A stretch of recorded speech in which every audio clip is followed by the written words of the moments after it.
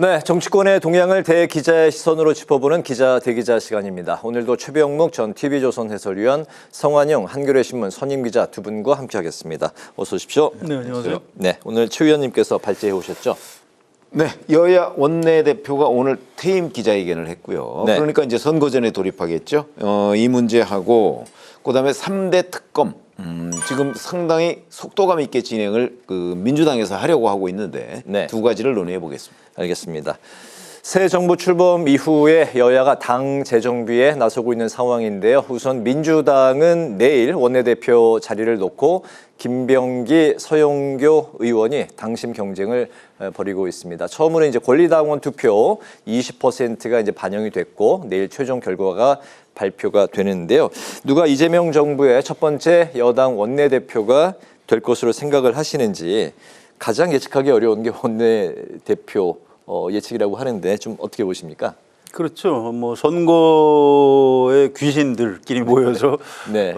대표를 뽑는 거니까 항상 예측이 빗나가는 경우가 많고요. 이게 가나다 순이나 기호 순으로 하면 김병기, 서영교 이게 맞는데 예. 선수로 하면 서영교, 김병기 이게 맞습니다. 누가 될지 내일 4선 3선인가요? 그렇습니다. 네. 내일 결과가 나오기 때문에 제가 누가 될 거다 이렇게 말씀드리고 싶지는 않고요. 네.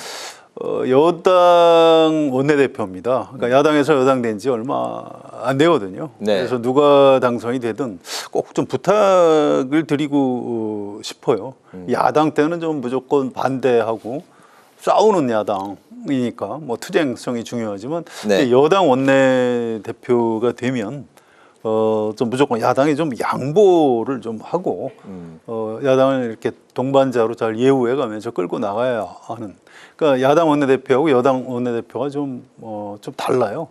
그래서 그거를 좀 확실히 인식을 해주셨으면 좋겠다 이 말씀을 드리고요. 네. 한 가지만 더 간단히 이 두 번째가 더 중요할지도 모르겠어요. 어떤 겁니까? 여당 원내대표가 대통령의 부하일까요? 아니거든요.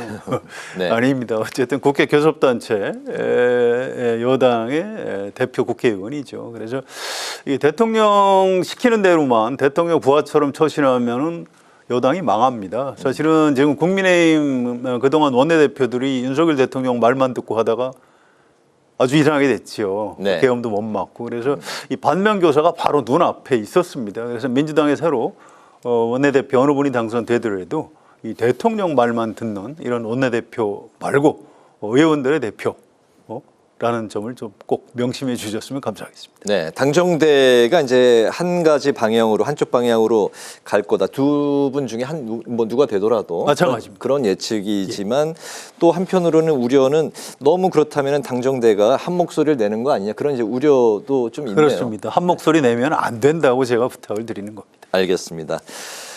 김병기, 서영교 의원 뭐 둘 중에 이제 어느 분이 뭐 되는 그런 상황이 그러니까 돼요. 저희가 이제 예측을 분명하게 하려고 하면 사실은 둘이 계파가 다르다든가 네. 아니면 뭐 한 사람이 의원들의 뭐 동의를 많이 못 받는 그런 스타일이라든가 이래야 되는데 네. 둘 다 지금 친명 경쟁이잖아요. 친명 내전 언론에서 그렇게 표현을 하고 있거든요. 두 분의 스타일은 좀 약간 차이가 있을까요? 아니 차이는 좀 있겠지만 결국은 그게 다 선명성 경쟁이에요. 그래서 저는 오히려 이 두 사람 중에 누가 되더라도 네. 지금 성환영 기자께서 말씀하신 대로 네. 그 우려하는 부분 있잖아요. 그 우려하는 부분이 그대로 재현될 가능성이 저는 더 많다고 생각해요.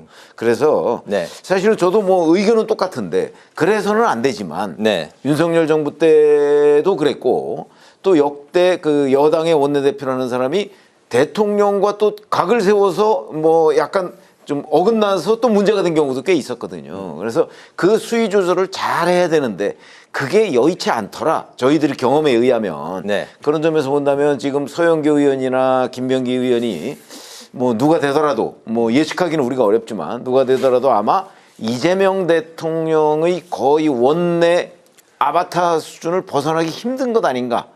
저는 오히려 그런 예측이 되기 때문에 지금 상당히 집권당의 행보가 저는 굉장히 주목이 된다 이렇게 말씀드립니다. 일단 알겠습니다. 국민의힘도 원내대표 선출 절차에 이제 돌입을 했고 다음 주 월요일에 이제 선출을 하게 되는데요. 일단 그 친윤계 송원석 의원과 친한계 김성원 의원이 출사표를 던졌고 여기에 나경원, 박대출 의원 등이 이제 하마평에 올라 있습니다.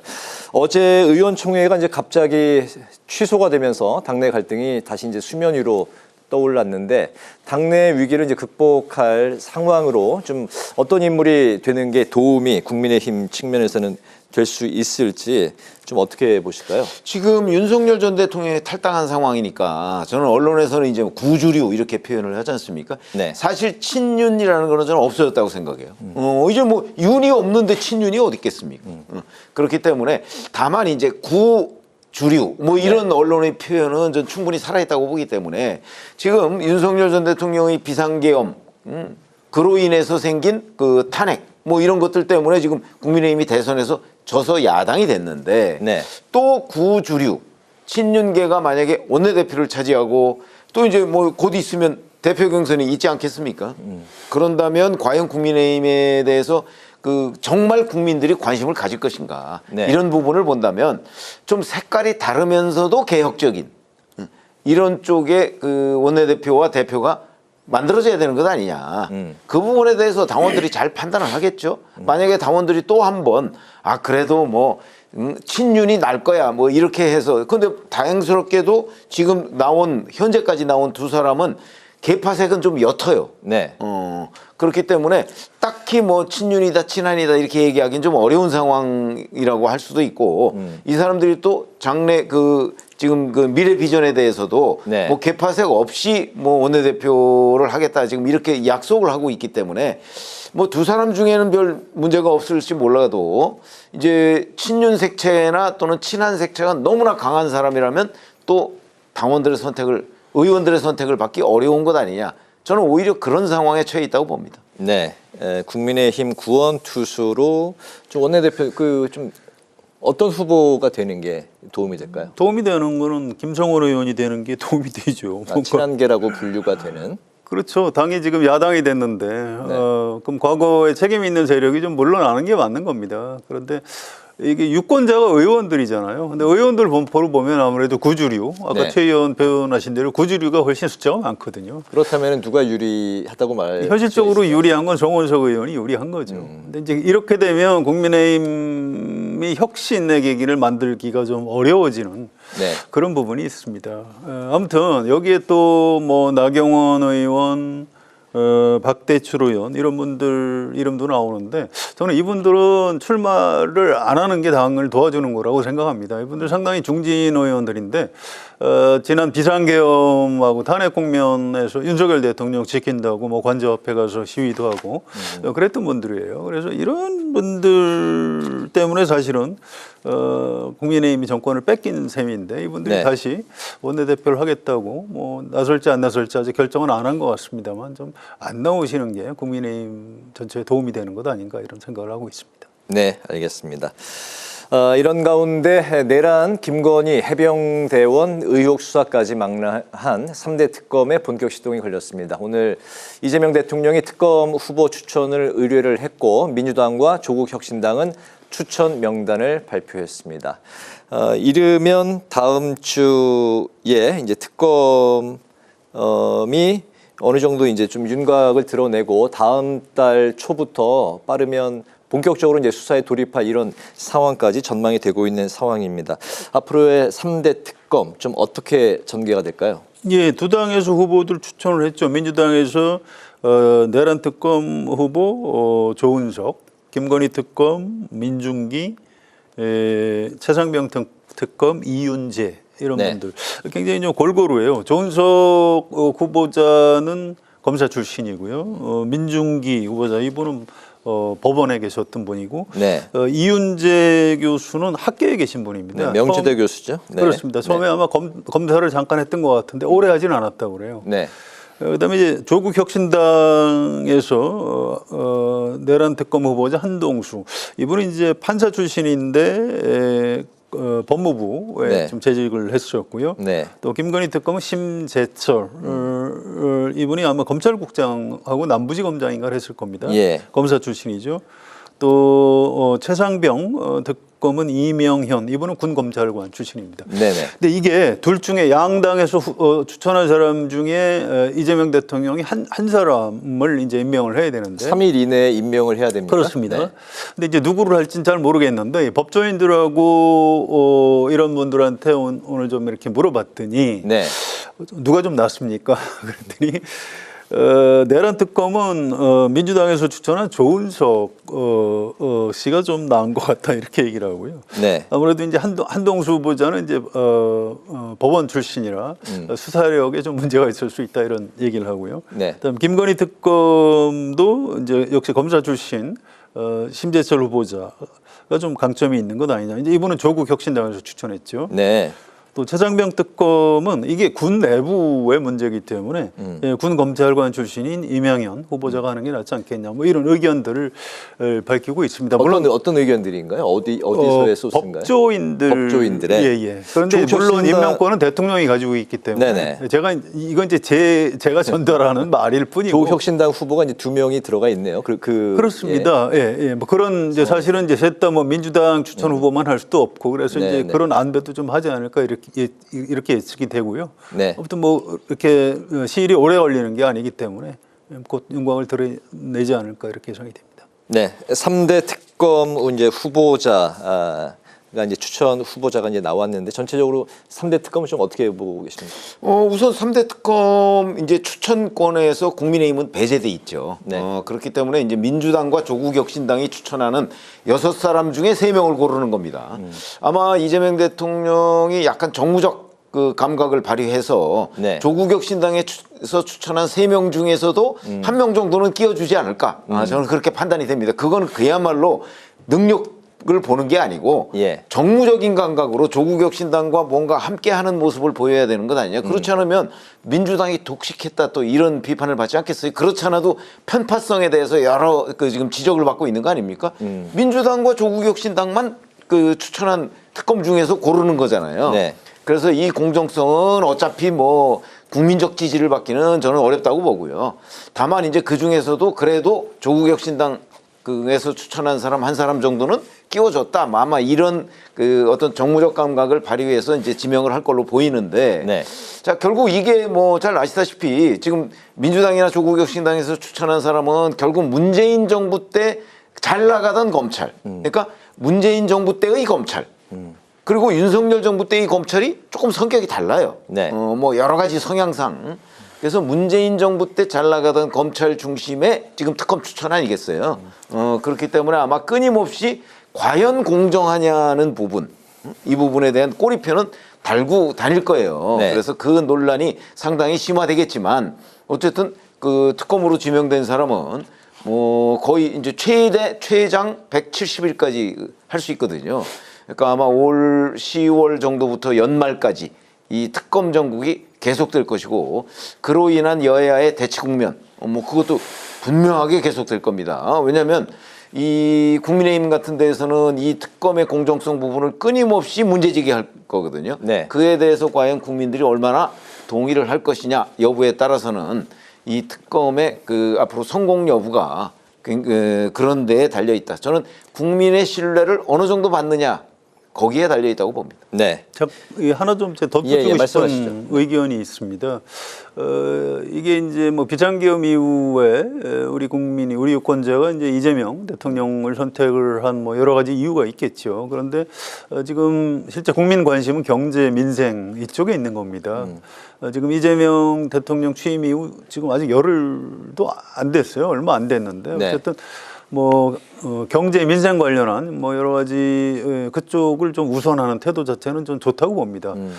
그래서 이게 이제 특검 되는 분들도 특검에 임명이 되면 이런 걸 좀 유의해야 될 것 같아요. 이를테면 지금 특검법에 열거되어 있는 여러 가지 수사 대상들이 있습니다. 그거 전부 다 하려고 하면은 안 됩니다. 안 된다고 생각합니다. 거기서 할 수 있는 부분, 해야 되는 부분과 네. 이거는 법률에는 들어있지만 이거는 내가 안 하는 게 좋겠다. 이런 걸 좀 잘 가려서 했으면 좋겠고요. 네. 이게 그 아까 최 의원 말씀하신 대로 잘못하면 이 경제도 어려운데 지금 뭐 전 정권 겨냥해서 지금 정치 보복하는 거냐 이렇게 국민한테 오해를 받을 가능성도 있거든요. 그래서 어떤 특검 되시는 분들이 어떤 그 수사 대상을 좀 가급적 좀 좁혀줬으면 좋겠고요. 특검 수사 철저히 해야 되겠지만 또 동시에 신속하게 했으면 좋겠습니다. 저는 바라기는 가급적이면 수사 기간 연장을 안 했으면 좋겠습니다. 그래서 압축적으로 네. 깔끔하게 이렇게 특검을 해주셨으면 참 좋겠다. 이 당부를 꼭 드리고 싶습니다. 네, 수사를 압축적이고 철저하게 선택과 집중을 해서 해야 된다. 네, 굉장히 좀 쉽지 않은. 예. 아니 그게 이제 네. 숙제인데 사실 그 숙제대로 할 만한 분들이 지금 그 추천이 됐느냐? 네. 저는 그렇게 보지 않거든요. 뭐 그 중에 이제 제가 모르는 사람도 있지만 그래도 제가 문재인 정부 때도 평론을 해가면서 저 사람이 누구다 하는 것 정도는 웬만한 거는 알고 있어요. 네.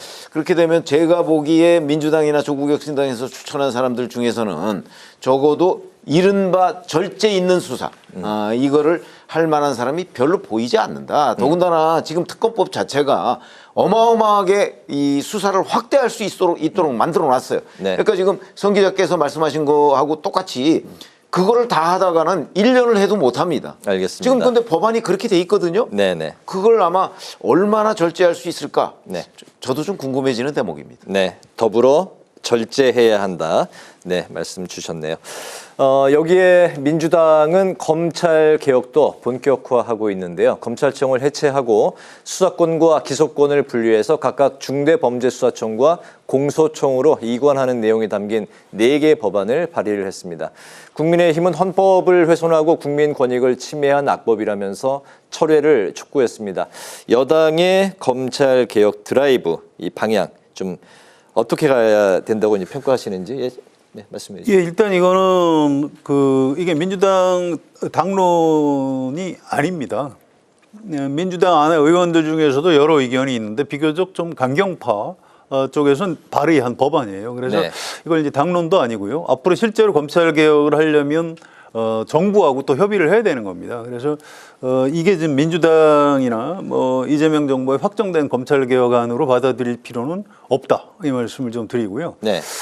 어쨌든 검찰 개혁은 해야죠. 뭐 어떻게 안 하겠습니까? 3년 전에 기억나시죠? 2022년에도 윤석열 대통령 당선자 시절에 그 당시에 박병석 국회의장 중재안으로 권성동 원내대표, 박홍근 원내대표가 합의한 일이 있습니다.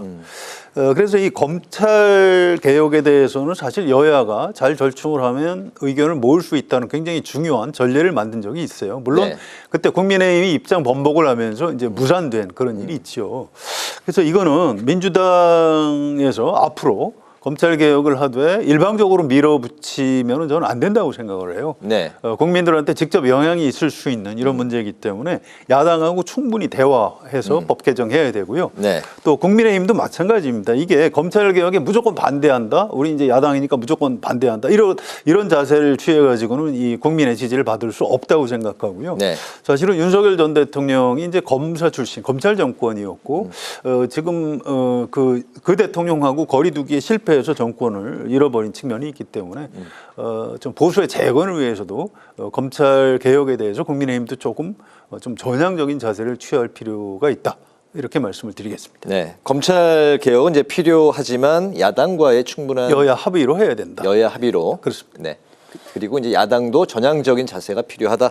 알겠습니다. 네. 추 의원님. 저는 우선 검찰 개혁이라는 그 프레임 자체에 동의하지 않습니다. 지금 검찰 개혁이라고 하는 거는 검찰 해체 아니겠어요? 지금 검찰 해체입니다. 저게 본질은 검찰 해체인데 지금 민주당에서는 그걸 검찰 개혁이라고 주장하는 거잖아요. 그런 점에서는 지금 얘기하는 그 본질이 과연 그 민주당 이재명 정부가 지향하고 있는 거하고 어느 정도나 부합하느냐 하는 게 저는 굉장히 중요하다고 보고요. 결국 지금 현재 검찰청에 있는 검사들이 네. 수사를 수사를 못하게 하겠다는 거 아닌가요? 저는 그렇게 봅니다, 이게. 네. 그래서 이제 지금 검찰청을 공수청으로 만들고, 그 다음에 수사는 앞으로 행정안전부 그 산하에 있는 중수청에서 하도록 한다는 거 아니겠어요? 이름도 검사가 아니고 수사관으로 바꾸겠다는 거거든요. 네. 지금 현재 검사로 불리는 검찰청의 검사라는 사람들이 과연 행정안전부 장관 휘하에 들어가서 수사관이라는 이름으로 앞으로 수사를 계속 할 수 있을 것인가. 저는 대단히 중대한 그 어떤 중간에 네. 그 무슨 오차가 있을 것 같아요. 저는 상당수의 검사들이 그렇게 안 하려고 할 것 같아요. 지금은 검찰청이 거의 독립기관처럼 있잖아요. 네. 행정안전부 장관의 지휘에 경찰과 똑같이 지휘받는 데 가서 검사 이름도 못 쓰는 걸 하려고 할까요? 자칫 잘못하면 이게 수사 역량 자체를 무너뜨린다고 저는 보거든요. 이렇게 중차대한 사안을 뭐 민주당의 강경파 몇 명이 지금 처리하려고 물론 뭐 처리되지도 않겠지만 그러나 방향은 그쪽 방향으로 갈 가능성이 좀 대단히 높기 때문에 이게 검찰 개혁이 아니고 자칫 잘못하면 개혁이 될 수가 있다는 차원에서 본다면 네. 뭐 여야가 합의해서 한다는 데는 저는 동의합니다만 네. 과연 합의가 될 것인가 하는 부분하고 이게 검찰 개혁이라는 이름으로 진행되면 좀 곤란하다. 진짜 개혁적인 방향으로 가야 되는 것이지 네. 이거는 검찰 해체다. 그럴 경우에 수사 역량이 현저하게 훼손될 수 있다. 그래서 매우 신중하게 정말 여야가 공청회도 열고 의견 수렴을 통해서 하지 않으면 안 된다. 이렇게 말씀을 드립니다. 네, 이게 이제 아직은 민주당의 정식 당론이 아니고 몇몇 의원들이 이제 발의하고 있는 그런 상황이기 때문에 계속해서 이제 이슈로 만약에 떠오른다면 그때 더 발전된 그런 논의를 또 해보도록 하겠습니다. 마지막 이슈인데요. 부인의 부동산을 차명으로 관리했다는 의혹이 있었던 오광수 대통령실 민정수석이 검사 시절에 지인 명의로 차명 대출을 받았다는 의혹이 또 추가로 제기가 됐습니다. 물론 이제 당연히 야당에서 또 이제 사퇴 압박 이제 촉구를 한 상황인데 대통령실은 부적절한 처신이 있었다면서도 거취에 대한 언급은 하질 않았습니다. 이 부분 좀 어떻게 결론이 나와야 될까요? 이거는 지금 호칭을 어떻게 해야 되나요? 민정수석 정식 임명을 받았나요? 아니면 아직 후보자인 받았죠? 거예요? 받았죠. 아니 그건 뭐 받았잖아요. 예. 이거 후보 청문회가 없으니까. 예, 아무튼 예. 이 오광수 민정수석 스스로 사퇴하는 게 저는 옳다고 생각합니다. 이게 이분이 왜 민정수석이 됐는지 잘 설명이 안 되거든요. 검찰 고위직을 지낸 분이니까 검찰을 잘 알 것이다. 그래서 검찰 개혁의 적임자다. 이렇게 주장하는 사람도 있는데 네. 그건 좀 앞뒤가 안 맞는 얘기 같고요. 이재명 대통령하고 잘 아는 사람, 사시, 사법연수원 동기다. 네. 아마 그래서 민정수석이 된 것 같아요. 그런데 이분이 다른 수석이나 뭐 다른 뭐 장차관이면은 뭐 이런 정도 뭐 의혹, 비리 이런 게 있으면 여론을 좀 살펴봐 가면서 결정을 하면 될 것 같은데 민정수석입니다. 민정수석은 이 정권에서 공직 후보자 검증을 하는 사람이에요. 네. 이분이 그냥 자리를 유지한다. 그럼 앞으로 그 고위공직자에 대해서 이재명 대통령이 민정수석을 통해서 내놓는 공직 후보자에 대한 결과 국민이 믿을 수 있을까요? 저는 없다고 봅니다. 그래서 이건 오광수 수석 본인께서 이재명 대통령한테 더 이상 부담드리지 말고 좀 스스로 물러나 주는 것이 가장 좋은 방법이라고 생각합니다. 네. 최 의원님 생각은 우선 차명부동산의 경우에는요 의혹이 아니잖아요. 본인이 인정을 했어요. 차명부동산은. 네. 자 그리고 이제 차명대출 부분이 있는데 차명대출도 지금 뭐 의혹 수준을 넘어선 것 같아요. 근데 차명부동산은 명백하게 불법입니다. 네. 그게 이제 뭐 공직자윤리법 더군다나 저 신고도 안 했으니까 윤리법도 위반이고요. 그다음에 이 부동산 명의신탁 자체가 불법이에요. 그러니까 불법성을 가지고 지금 있는 거고 차명대출도 확인이 되면 뭐 거의 확인이 돼가는 과정인데 네. 확인이 되면 또한 불법입니다. 자 그러면 이 고위공직자에 대한 검증을 지휘하는 사람이 본인이 불법을 여러 가지 저지른 일로 지금 거의 다 드러나 있는 상황인데 저는 단순히 사퇴 수준이 아니고요. 네. 수사를 받아야 될 상황이라고 봅니다. 그렇기 때문에 본인이 그 직을 내놓는 거는 물론이고 스스로 수사를 자청을 해서 네. 그게 얼마나 엄중한 사항인지 하는 부분에 대해서 저는 하나의 표본을 좀 만들었으면 좋겠어요. 그렇지 않으면 이재명 정부의 민정수석이라는 사람이 예를 들어서 사퇴하지 않고 계속 있다 그러면 그 사람이 하는 인사검증에 대해서 누가 그렇게 동의를 할 수가 있겠습니까? 네. 그래서 저는 그 사퇴 더 나아가서 수사 대상이다 이렇게 말씀을 드리겠습니다. 네, 이제 오늘 마무리로 두 분의 오늘의 한 줄 논평 듣겠습니다. 성 의원님부터 들어볼까요? 예, 아까 우리 대화 나누던 그런 네. 건데 이제 곧 여야 원내대표가 선출이 됩니다. 이분들이 굉장히 중요해요. 물론 여야 간의 정치를 잘하는 게 뭐 대통령 또 당 대표 이런 분들도 있지만 현장에서 직접 부딪히는 거는 원내대표들입니다. 그래서 제발 좀 대화 타협의 정치를 회복을 해주셨으면 좋겠고요. 여당은 얼마 전까지 야당이었다고 생각하셔야 되고요. 또 야당도 얼마 전까지 여당이었다. 이렇게 생각을 하셔야 됩니다. 그래서 오늘 이제 한 줄 논평은 역지사지로 풀어야 한다라고 하겠습니다. 네, 알겠습니다. 네, 추 의원님. 지금 저희가 이제 특검 얘기를 했잖아요. 네. 근데 특검이 국민의힘은 배제된 민주당과 조국혁신당이 추천한 사람들 중에서 특검을 임명하도록 되어 있단 말이죠. 네. 그러니까 거기에서 1차적으로 자, 그러면 이제 공정성은 누가 담보하느냐. 왜냐하면 이 특검이 과거에는 대법원장이 추천하도록 돼 있었어요. 그런데 누가 담보하느냐는 1차적인 의문이 생기고, 그다음에 두 번째는 또 이제 이 사람들이 전부 다 추천된 사람들을 봤더니 문재인 정부 때 검찰에서 그 이른바 친문 검찰이라고 언론에서 이렇게 그 명명이 됐던 사람들 위주로 지금 추천이 됐어요. 네. 그럼 그 중에 한 사람 또는 그 중에 이제 세 사람이죠.